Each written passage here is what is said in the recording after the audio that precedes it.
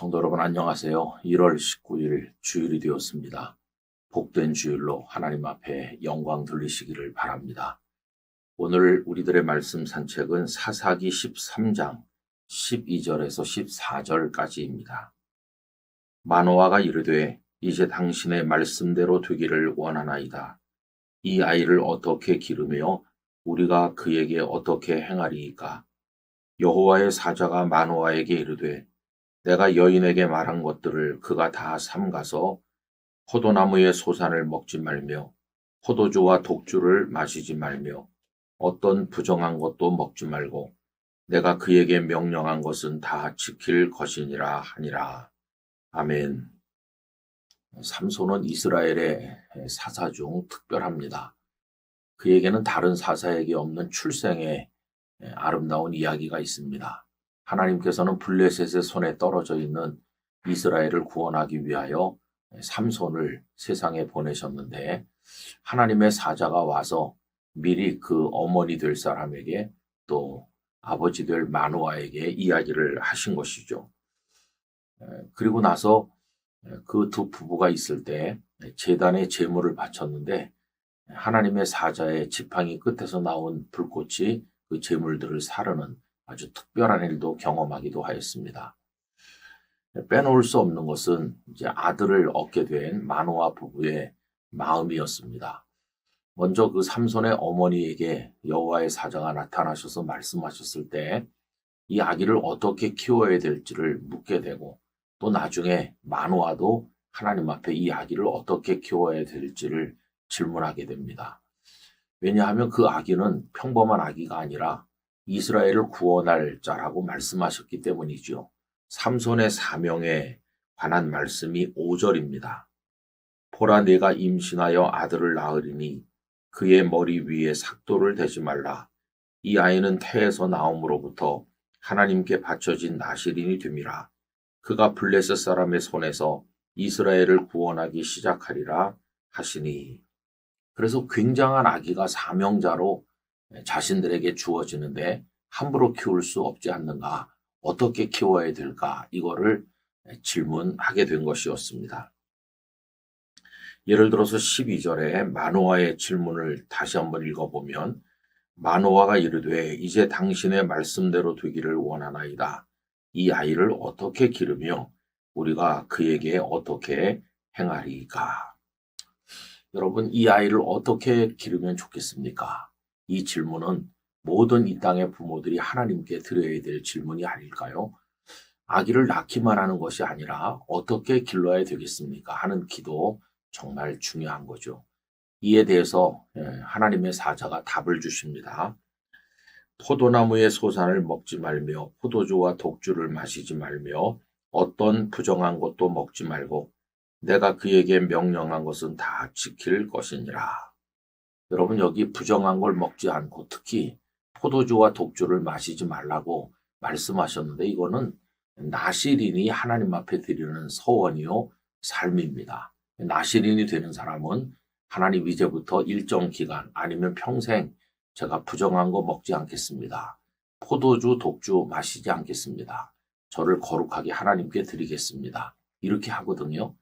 그런데 여기 하나님의 사자는 나실인으로 태어날 삼손이 그렇게 해야 될 뿐만 아니라 삼손을 낳을 그 어머니도 그렇게 하라고 요구하신 겁니다. 참 이건 중요한 거죠. 거룩한 어머니에게서 거룩한 아들이 난다. 거룩한 아버지에게서 거룩한 아들이 성장한다. 이 원리를 알려주는 겁니다. 부모가 하나님 앞에 반듯한 신앙생활을 하면서 정결한 삶을 살 때 그 슬하에서 복된 자녀가 성장하게 되는 것입니다. 그래서 자녀는 부모를 닮기 때문에 그 부모가 어떠한가 하는 걸 보면 그 자녀를 알 수 있는 거죠. 흔히 예전에 어른들께서 자녀를 결혼시킬 때 그 며느리감, 사위감을 구할 때 그 부모를 보라 그런 이야기를 한 것이 결코 헛된 얘기가 아니죠. 다 무의미한 얘기가 아니고 다 그게 경험에서 나온 이야기인 겁니다. 부모를 보면 자녀를 안다 하는 것이죠. 그래서 여러분, 우리 성도님들의 가정의 자녀들이 하나님의 복을 받는 경건한 거룩한 자녀가 되길 원한다면 우리가 그런 부모가 돼야 되는 것입니다. 부모가 그렇게 살 때 그 자녀들이 그런 사람이 되는 겁니다. 또 복을 이어받게 돼 있어요. 창세기 26장에 보면 흉년을 만난 이삭에게 하나님께서 복을 주시는데 그 이유를 아버지 아브라함을 생각해서 너에게 복을 준다. 이거였습니다. 아버지가 믿음의 사람으로 훌륭하기 때문에 그 아들이 복을 받는 겁니다. 오늘 영상을 함께 하시는 성도 여러분, 다 믿음의 아버지, 경건한 어머니가 되시길 바라고, 그래서 여러분들의 자녀손들이 하나님의 복을 받게 되기를 간절히 축복합니다. 아버지 하나님, 나실인으로 태어날 삼손이었기에 그 어머니에게도 나실인에 준하는 삶을 요구하셨습니다. 부모가 경건하면 그 자녀도 경건한 줄 믿습니다. 부모가 하나님 앞에 온전할 때 그 자녀도 온전케 되는 줄로 믿습니다. 저희들 부모들이 하나님 앞에 믿음을 따라 온전히 살아가므로 저희의 자녀들 또한 하나님 앞에서 거룩한 사람으로 복을 받게 하여 주옵소서. 주 예수님의 이름으로 기도드리옵나이다. 아멘. 성도 여러분 안녕하십니까? 새로운 한 주간이 시작이 됩니다. 1월 21일 월요일입니다. 복된 삶을 이어나가시기를 바랍니다. 말씀 산책 오늘 나누실 말씀은 사사기 14장 1절과 2절입니다. 삼손이 딥나에 내려가서 거기서 블레셋 사람의 딸들 중에서 한 여자를 보고 올라와서 자기 부모에게 말하여 이르되 내가 딥나에서 블레셋 사람의 딸들 중에서 한 여자를 보았사오니 이제 그를 맞이하여 내 아내로 삼게 하소서 하매. 아멘. 삼손은 어느 날 딥나에 있는 한 블레셋 여인에게 마음을 빼앗겨서 그 여인을 아내로 삼겠노라고 부모에게 말했습니다. 그때 그 부모가 만류하죠. 3절 그의 부모가 그에게 이르되 내 형제들의 딸들 중에서나 내 백성 중에 어찌 여자가 없어서 내가 할례받지 아니한 블레셋 사람에게 가서 아내를 맞으려 하느냐 하니 삼손이 그의 아버지에게 이르되 내가 그 여자를 좋아하오니 나를 위하여 그 여자를 데려오소서 하니라. 본래 하나님께서는 이스라엘 남자들은 이스라엘 여성들과 이스라엘 여성들은 이스라엘 남성들과 결혼하라고 말씀하신 바가 있죠. 그래서 부모는 삼손이 블레셋 여인을 좋아하는 것을 염려하고 만류한 것입니다.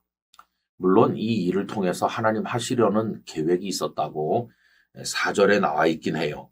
그때의 블레셋 사람이 이스라엘을 다스린 까닭에 삼손이 틈을 타서 블레셋 사람을 치려 함이었으나 그의 부모는 이 일이 여호와께로부터 나온 것인 줄은 알지 못하였더라. 하나님께서 그 일을 계기로 해서 삼손이 블레셋 사람들을 응징하도록 하시려는 계획이 있었다고 되어 있지만 그러나 그 이후에 이어지는 여러 그 삼손의 스토리를 보면은 삼손이 블레셋 사람들에게 자꾸 끌리고 그 여인들에게 마음을 빼앗겼던 것은 사실이에요. 나중에 어떻게 되었습니까? 삼손은 결국 들릴라라는 블레셋 기생에게 빠져들게 됩니다. 결국 들릴라가 당신이 왜 힘이 센지 어떻게 힘을 가지게 됐는지 나한테 그 비결을 말하라.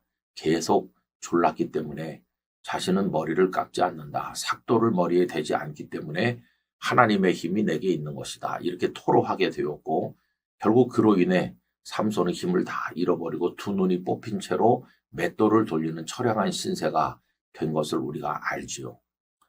여러분 한 사람이 인생을 살아가는 게 완벽할 수는 없어요.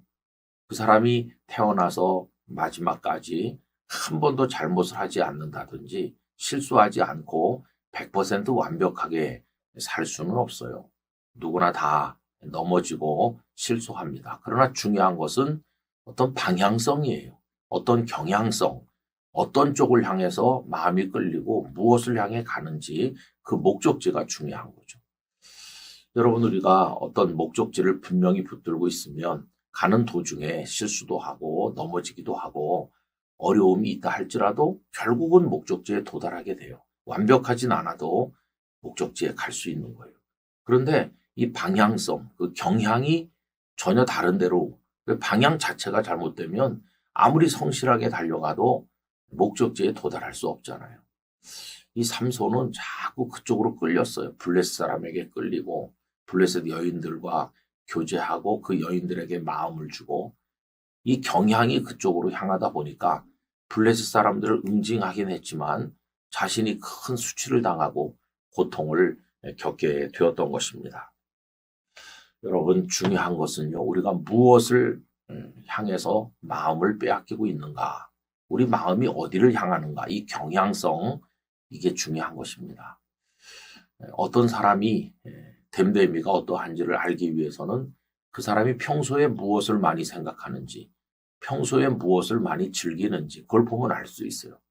평소에 그의 마음을 채우고 있는 게 그게 바로 그 사람이 어떤 사람인가를 보여주는 것이죠.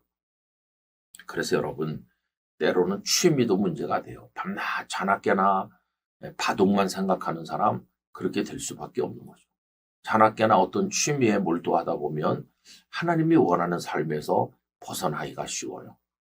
그래서 근본적인 방향을 하나님께 두고 내 마음의 쏠림도 하나님을 향해 쏠리도록 해야지, 그렇지 않고 이쪽 저쪽에 잘못된 것으로 마음을 빼앗기는 거 옳지 않아요. 요즘처럼 정치적으로 어려운 일이 많은 상황이 되니까 많은 성도들이 거기 촉각을 곤두세우고 마음 아파하고 거기 유튜브에 빠져들고 늘 꿈속에서도 그걸 생각할 정도로 거기 몰두하는 거 다 알고 있습니다. 그런데 여러분, 차라리 그 시간에 우리가 기도하는 게 낫지 않을까요? 기도, 하나님 앞에 더 간절히 기도하는 것이 오히려 하나님의 구원을 얻는 길이 아니겠습니까? 그래서 내 마음이 무엇을 향하는지 이거 생각해보고 하나님께 우리 마음을 쏠리도록 해서 살아야 되는 거죠. 하나님을 향하는 마음. 이게 우리 인생을 끌고 나가는 동력이 되기를 간절히 기원합니다. 거룩하신 아버지 하나님, 블레셋 여인을 좋아하여 결혼하기를 원했던 삼손, 블레셋 사람들에게 끌리던 삼손은 결국은 블레셋 기생 들릴라의 품 안에서 패가하게 되었습니다. 아버지 하나님, 우리가 무엇을 향해 마음을 빼앗기는지, 어디로 우리의 생각이 기울고 있는지, 평소에 무엇을 향하고 있는지 잘 생각하도록 은혜를 주옵소서. 하나님께 우리의 마음이 기울게 하시고 늘 하나님을 생각하게 하시고 하나님의 아름다우심을, 하나님의 뜻을 앙모하게 하여 주옵소서. 예수님의 이름으로 기도하옵나이다. 아멘. 여러분 안녕하십니까? 1월 21일 화요일이 되었습니다. 오늘 말씀 산책은 사사기 15장 18절로 19절까지입니다. 삼손이 심히 목이 말라 여호와께 부르짖어 이르되 주께서 종의 손을 통하여 이 큰 구원을 베푸셨사오나 내가 이제 목말라 죽어서 할례 받지 못한 자들의 손에 떨어지겠나이다 하니 하나님이 레히에서 한 우묵한 곳을 터뜨리시니 거기서 물이 솟아나오는지라. 삼손이 그것을 마시고 정신이 회복되어 소생하니 그러므로 그 샘 이름을 에낙고레라 불렀으며 그 샘이 오늘까지 레히에 있더라. 아멘. 우리가 지난번에도 생각한 것처럼 삼손의 마음이 자꾸만 블레셋 여인들에게로 기울었다고 그랬습니다. 그 경향성이 문제라고 했죠. 삼손은 딥나에 있는 여인을 사랑해서 결국 그 여인과 이제 결혼을 하게 되었는데 그 후에 많은 문제들이 발생하게 되었습니다. 결혼 잔치가 열렸을 때 삼손이 수수께끼를 하나 냈죠. 그런데 블레셋 사람들은 그 답을 알아낼 수가 없었어요. 그러자 그 여인과 여인의 가족을 죽이겠다고 협박해서 그 여인이 삼손에게 졸라서 삼손은 결국 수수께끼의 답을 말해주게 되었고 그로 인해서 그 블레셋 사람들에게 많은 것을 갚아줘야만 했습니다. 화가 난 삼손이 갚버렸는데 그 이후에 그 여인은 다른 사람에게 시집을 가버렸죠. 그게 또 화가 나서 이번에 여우들을 잡아서 꼬리끼리 묶어서 불을 붙임으로 블레셋 사람들의 곡식밭을 다 태웠습니다. 이런 일이 있고 나니까 블레셋 사람들이 군사를 모아가지고 이스라엘 사람들에게 와서 삼손을 내놓으라 이렇게 된 거죠. 블레셋 사람들의 지배를 받고 있던 이스라엘 백성들은 두려운 나머지 삼손을 결박해서 블레셋 사람들 앞에 끌어내게 됩니다. 그러나 그때도 삼손은 힘이 넘쳐서 나귀 턱뼈를 가지고 블레셋 사람들을 물리치게 돼요. 그가 그렇게 할 수 있었던 이유는 뭐냐 하면 여호와의 영이 그에게 역사했기 때문입니다. 그에 관해서 15장 14절이 이렇습니다. 삼손이 레히의 이름에 블레셋 사람들이 그에게로 마주 나가며 소리 지를 때 여호와의 영이 삼손에게 갑자기 임하심에 그의 팔 위에 밧줄이 불탄 삼과 같이 그의 결박되었던 손에서 떨어진지라. 여호와의 영이 함께하니까 그에게 힘이 솟아서 밧줄로 결박한 것 따위는 아무것도 아니었어요. 여러분, 삼손은 나실인으로 태어났고 어려서부터 하나님의 영이 함께했다고 그랬습니다. 13장 25절을 읽어보면 소라와 에스다올 사이 마하네단에서 여호와의 영이 그를 움직이기 시작하셨더라라고 되어 있습니다.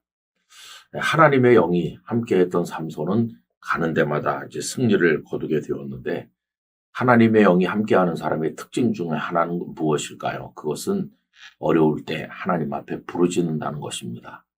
나귀 턱뼈를 가지고 블레셋 사람들을 물리쳤는데 그만 지치고 탈진해서 쓰러지게 되었고 갈증에 목이 말라서 죽을 지경이 되었습니다.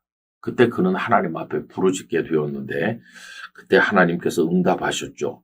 오늘 읽었던 본문 중에 18절을 다시 읽으면 삼손이 심히 목이 말라 여호와께 부르짖어 이르되 주께서 종의 손을 통하여 이 큰 구원을 베푸셨사오나 내가 이제 목말라 죽어서 할례 받지 못한 자들의 손에 떨어지겠나이다 하니 이렇게 부르짖었어요.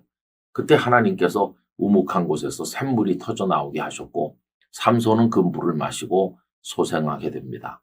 그때 그 샘의 이름을 엔하고레라고 불렀는데 이 엔하고레는 부르짖은 자의 샘이다 라는 뜻이에요. 하나님께서 부르짖는 삼손에게 생명의 샘을 허락하신 것이죠. 여호와의 영이 충만한 사람, 다시 말해 성령님의 충만한 가운데 거하는 사람은 완벽할 거다. 대개 우리가 이렇게 생각하기 쉽습니다. 여러분, 그렇지 않습니다. 우리 인간은 그 자체가 불완전하기 때문에 하나님의 영이 함께 하셔도 그 사람이 완전해지는 건 아니에요. 그럼 하나님의 영이 함께 하시는 특징이 뭡니까? 늘 여전히 불안하지만 그리고 부족하지만 하나님의 영이 함께 하는 사람은 하나님을 의지한다는 거예요. 부르짖어 기도한다는 거예요.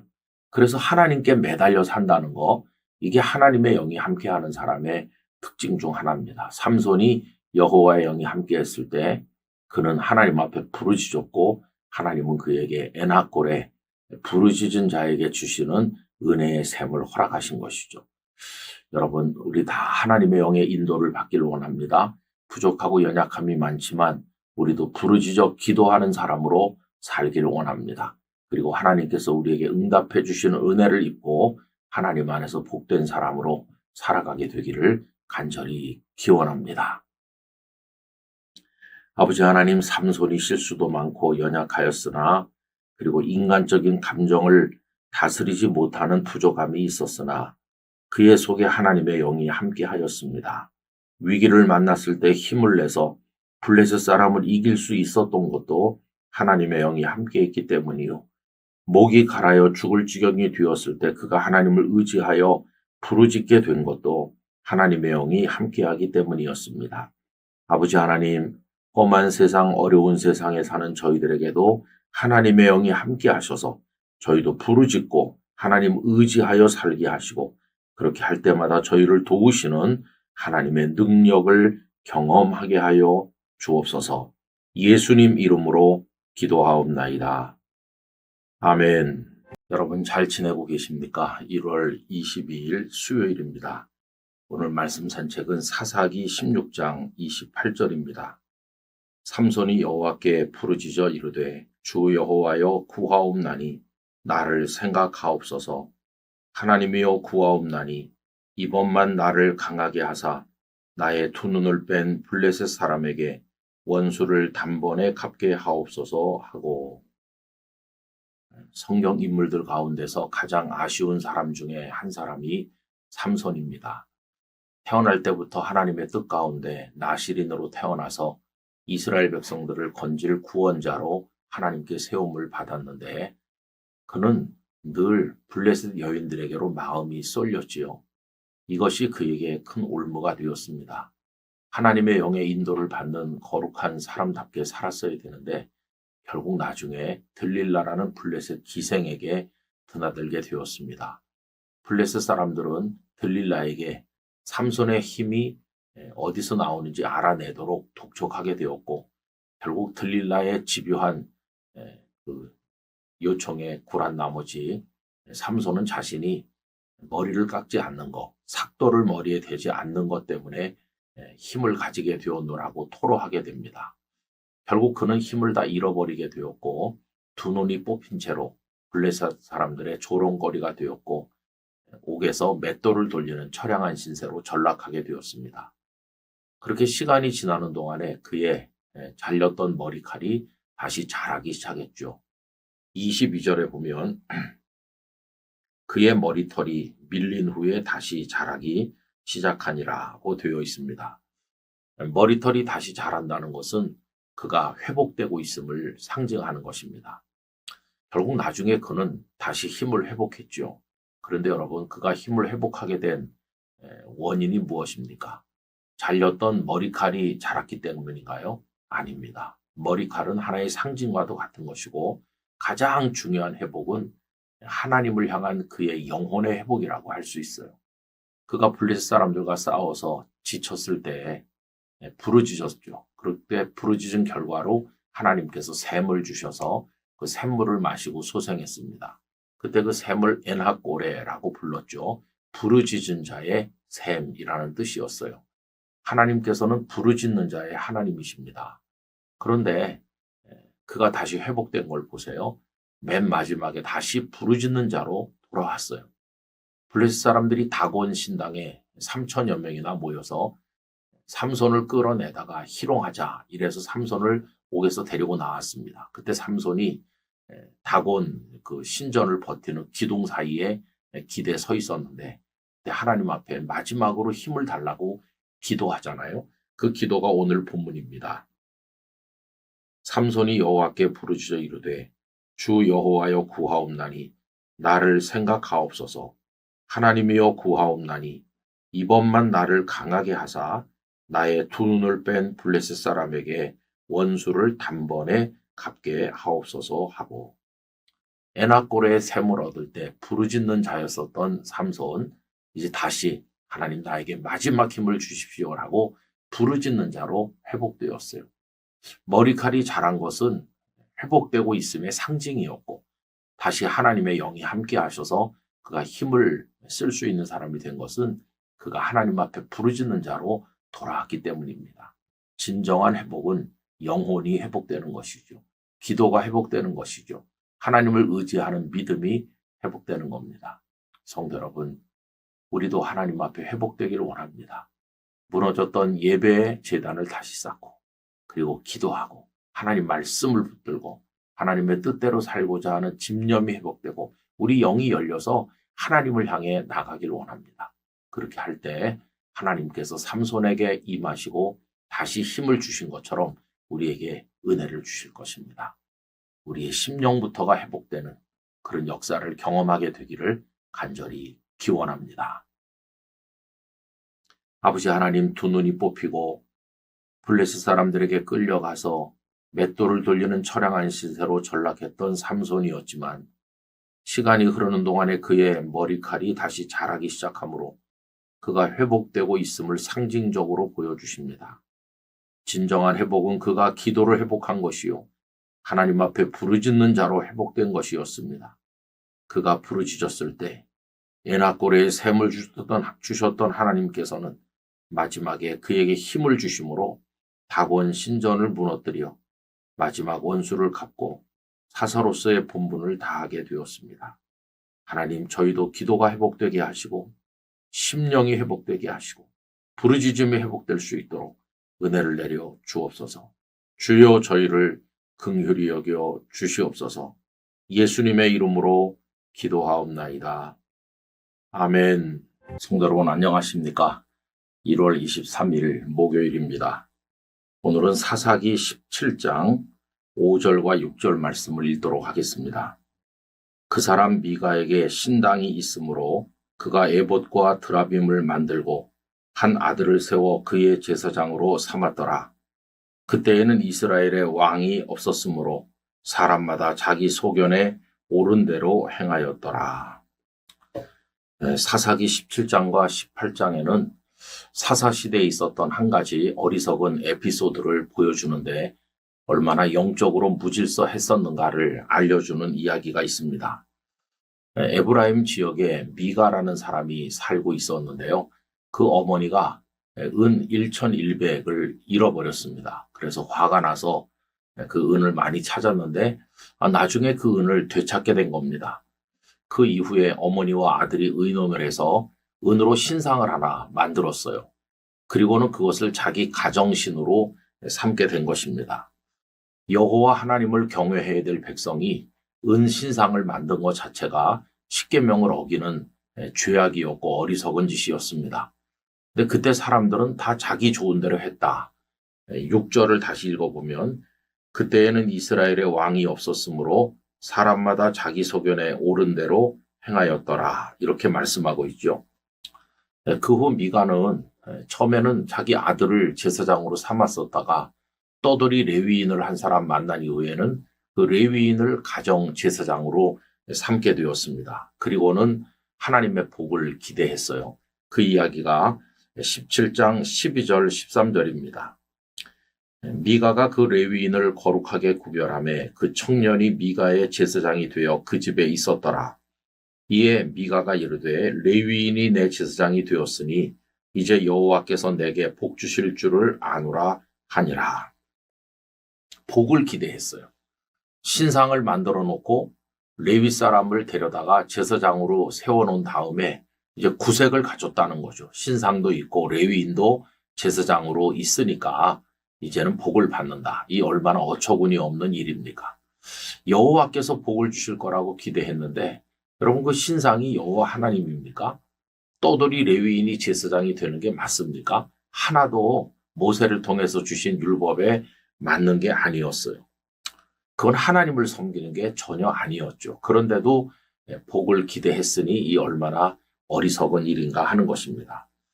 나중에 이 미가의 집에 이 신상과 또 레위인 출신의 제사장은 단지파에게 빼앗기게 되고 미가의 가정은 단지파에게 다 넘겨줄 수밖에 없는 이야기가 그 다음 18장에 이제 나오고 있습니다. 여러분 신앙이라고 하는 게 형식적으로 구색을 갖춘다고 되는 게 아니에요. 신상이 있다. 그리고 또 제사장도 있다. 그러니 우리는 복을 받을 거다. 이런 게 아니에요. 하나님이 원하시는 그 뜻을 따라 하나님의 말씀을 따라 하나님이 명하신 대로 하나님을 경외해야 되는 것이죠. 가끔 목사로서 좀 우려스러운 것은 신앙생활에 하나님의 말씀 외에는 방법이 없는데 어떤 특별한 노하우라도 있는 것처럼 생각하는 이들이 있다는 게 좀 우려가 됩니다. 인터넷에 특별히 유튜브 같은 데 보면 뭐 하나님을 이렇게 믿어야 된다 저렇게 믿어야 된다 그러면서 어떤 독특한 색깔을 거기 넣어가지고 어떤 틀에 넣어서 그렇게 믿어야만 하나님을 잘 믿는다고 주장하는 이들이 있고 또 거기 끌리는 사람들이 많은 것을 봅니다. 그러나 여러분 하나님의 교회 공동체 안에서 교회 전통에 따라서 하나님의 종들이 전해주는 말씀을 들으면서 하나님의 말씀을 깊이 묵상하면서 그 안에서 신앙생활하는 게 그게 옳은 것입니다. 그래서 우리 소위 유행하는 신앙 패턴이나 신앙의 조류에 따르지 말고 마음의 중심을 말씀에 두고 흔들림이 없이 하나님을 믿어야만 할 것입니다. 우리가 원하는 대로 신상을 만들고 제사장을 세우고 우리가 원하는 우리가 좋아하는 대로 따르는 거 그건 아니에요. 하나님 중심으로 하나님께서 원하시는 방식대로 해야 될 것입니다. 우리의 신앙이 말씀에 근거한 건강한 신앙이 되기를 간절히 원합니다. 아버지 하나님 사사시대 혼란기에 미가야의 가정에 있었던 어처구니 없는 일을 봅니다. 그는 그렇게 해놓고 여호와 하나님의 복을 기대하였습니다.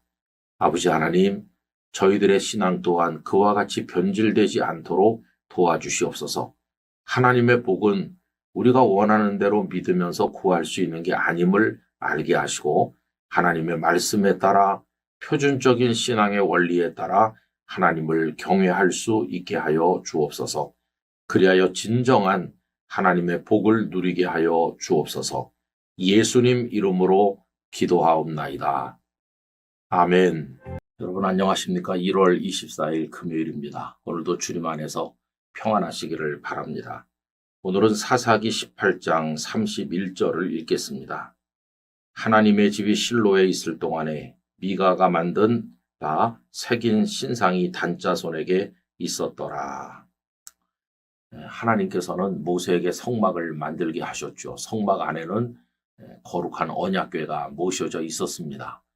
광야 생활 동안에는 성막을 짊어지고 이동했는데 이제 가나안에 들어간 다음에는 더 이상 이동하지 않기 때문에 성막을 한 곳에 설치해서 모시게 됐어요. 그 성막이 있었던 곳이 실로라고 하는 곳인데 예루살렘 북쪽으로 약 32km 지점에 있었던 곳입니다. 이 실로라는 이름은 안식의 장소라는 뜻인데요. 모든 이스라엘 백성들은 그 실로의 성막에 나와서 하나님께 경배하고 기도했습니다. 사무엘의 부모만 해도 그 엘가나와 한나 이들만 해도 실로의 성막에 왔고 그때 거기 엘리 제사장이 있었죠. 언제까지 실로의 성막이 있었는지는 정확하지 않지만 아마도 엘리 제사장 때 언약궤를 블레셋 사람들에게 빼앗긴 적이 있지 않습니까? 그때까지는 실로의 성막이 유지됐다고 생각합니다. 그 후에 언약궤가 돌아와가지고 그 다윗이 나중에 왕이 된 다음에 다윗성으로 모시게 되는데 그 어강까지는 여기저기 있다가 이제 다윗성에 모셔지게 된 것이죠. 그러니까 그 이전까지는 실로의 성막에 언약궤가 있었다 하는 것을 알 수 있어요. 그럼 실로에 하나님의 성막도 있고 언약궤도 있으면 거기 가서 하나님의 모세를 통해서 주신 말씀을 따라서 하나님께 경배하면 되는 거죠. 그런데 오늘 읽은 말씀은 우리가 어제 생각한 것처럼 미가의 집에 은신상이 있고 떠돌이 레위인이 제사장이 돼 있었는데 이거를 단지파가 와서 빼앗아간 이야기가 18장에 나옵니다.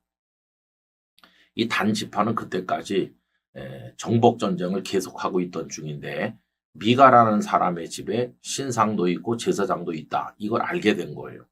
그래서 가서 신상을 무력으로 빼앗는 거죠. 미가가 어떻게 대항하겠습니까?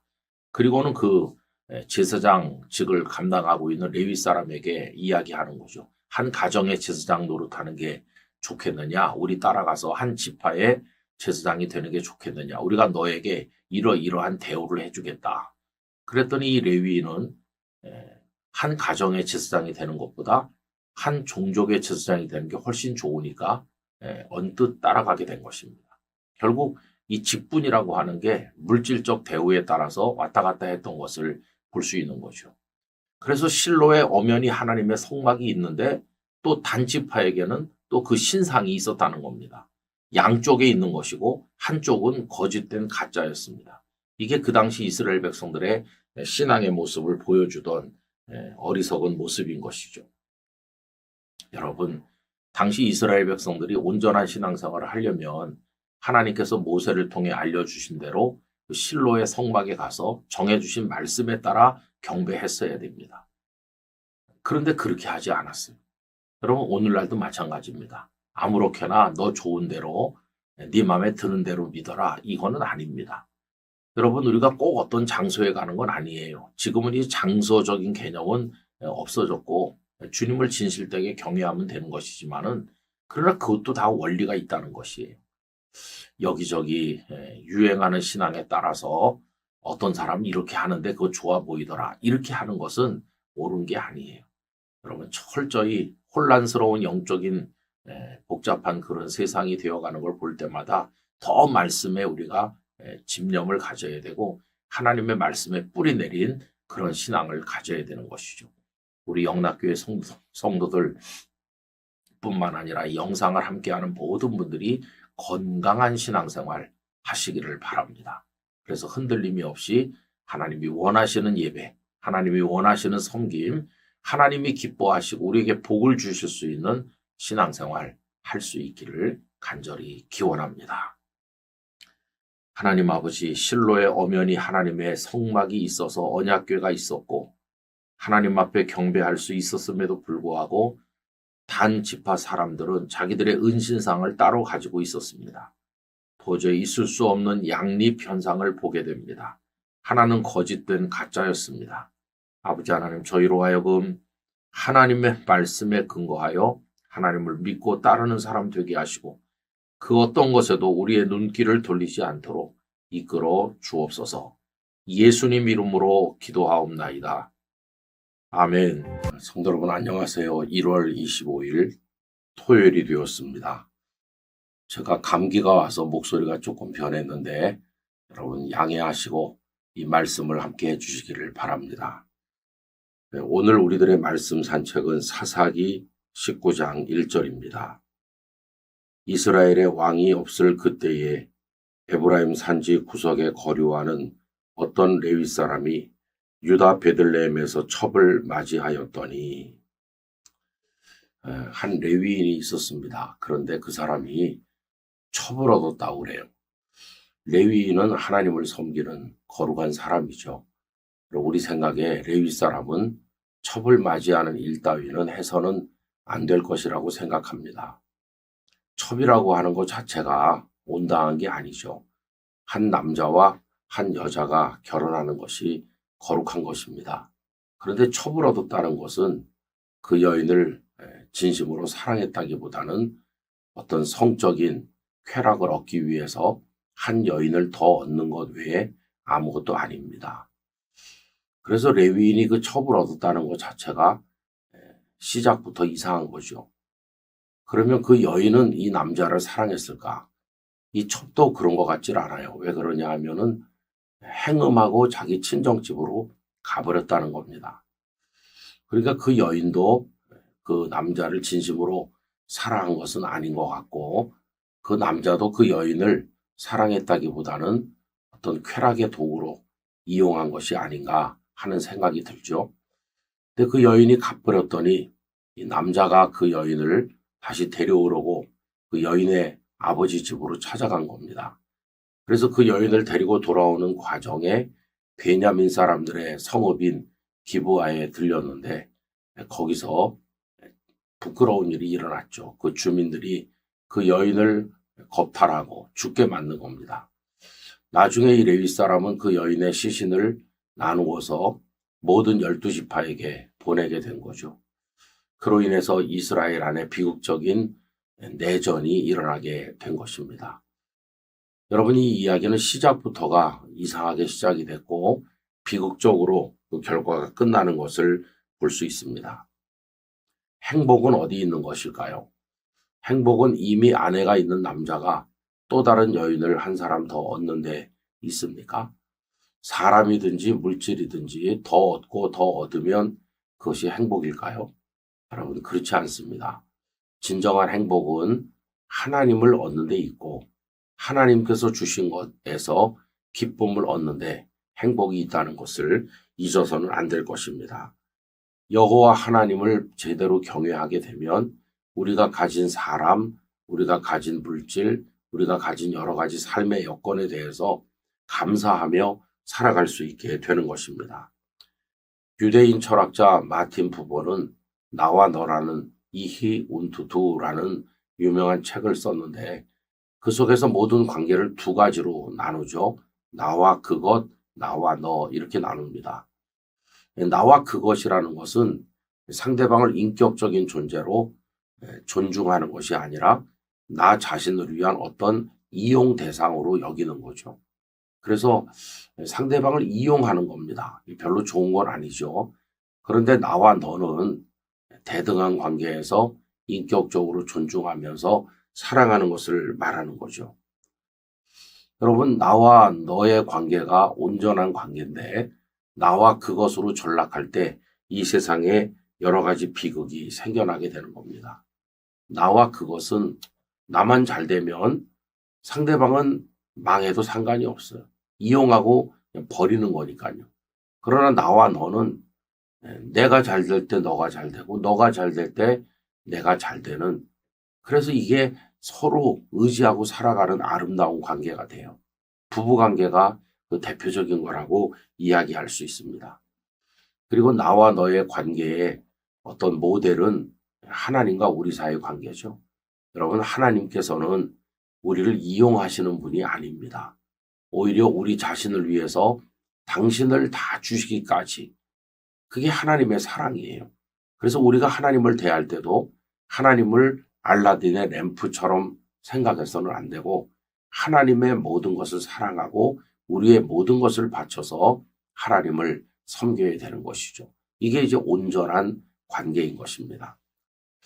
여러분, 우리 주변에 많은 관계가 존재하고 우리는 그 관계의 거미줄 속에 들어가서 살아가고 있는데, 무엇을 더 얻으면 행복할 것이라고 하는 그런 욕심을 가지고 어떤 것들을 더 얻어서 그것을 이용하려고 하는 모습으로 대하는 이런 왜곡된 생각을 버리고 주님께서 우리를 어떻게 사랑하셨나, 이걸 생각하면서 우리도 하나님과 우리 사이의 관계도 그렇고 우리 주변 사람들과 우리의 관계도 그렇게 성숙시켜 나가는 성도가 되어야만 할 것입니다. 여러분, 내일은 예배하는 날인데 온 마음과 정성을 다해서 하나님 앞에 영광을 올려드리기를 바랍니다. 아무쪼록 우리 주변의 모든 관계가 아름답게 되어서 행복한 성도로 살아가게 되기를 진심으로 기원합니다. 거룩하신 아버지 하나님, 사람들은 그것이 무엇이든지 자신을 중심으로 해서 상대를 이용 대상으로 여길 때가 있습니다. 이익을 위한 도구, 쾌락을 위한 도구 정도로만 여깁니다. 거기서 많은 비극이 발생합니다. 저희들은 그 어리석음에서 벗어나게 하시고 하나님께서 저희들을 위하여 모든 걸 주신 것처럼 저희도 하나님을 대해 그러하고 다른 이웃들에 대해서나 세상에 대해서 바른 관계를 가짐으로 진정으로 행복한 사람 되게 하여 주시옵소서. 예수님 이름으로 기도하옵나이다. 아멘.